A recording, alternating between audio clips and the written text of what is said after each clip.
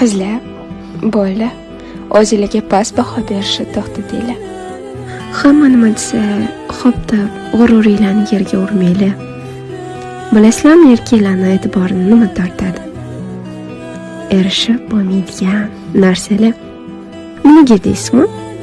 Chunki erkak kishi tabiatdan jangchi hisoblanadi. Ularga qo'l yechishi qiyin bo'lgan narsalar qiziq. Ular uchun nima qiyin bo'lsa, o'shanda ular qadrlaydi. Agar osonlikcha siz unga o'zingizni topshirsangiz, unaqada uni sizga bo'lgan qiziqishi so'nadi. O'shaning uchun bo'ldi. Endi o'zimizni qadrlaymiz. Qo'limizdan ketgan baxtga ham siqilmaymiz.